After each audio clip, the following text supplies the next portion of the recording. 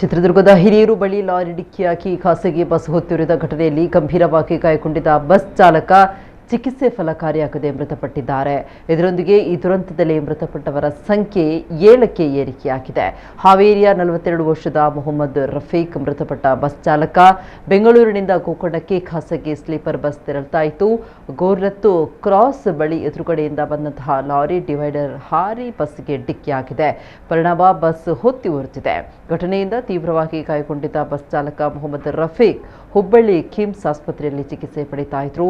ಆದರೆ ಇಂದು ಚಿಕಿತ್ಸೆ ಫಲಕಾರಿಯಾಗದೆ ಮೃತಪಟ್ಟಿದ್ದಾರೆ.